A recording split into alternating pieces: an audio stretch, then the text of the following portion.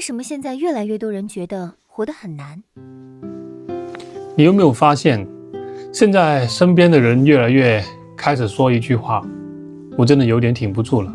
其实并不是大家变得脆弱了，而是这几年生活情绪压力全部叠加在一起，让人没有缓冲的空间。以前累是因为事多，现在累是因为你要一边承担现实的压力，一边假装没事，就是跟这个世界保持体面。你白天要像一个战士，晚上要像个小孩一样躲起来，哪怕崩溃也只能选一个没有人看见的角落。但是我告诉你，你现在的状态不是失败，而是很正常。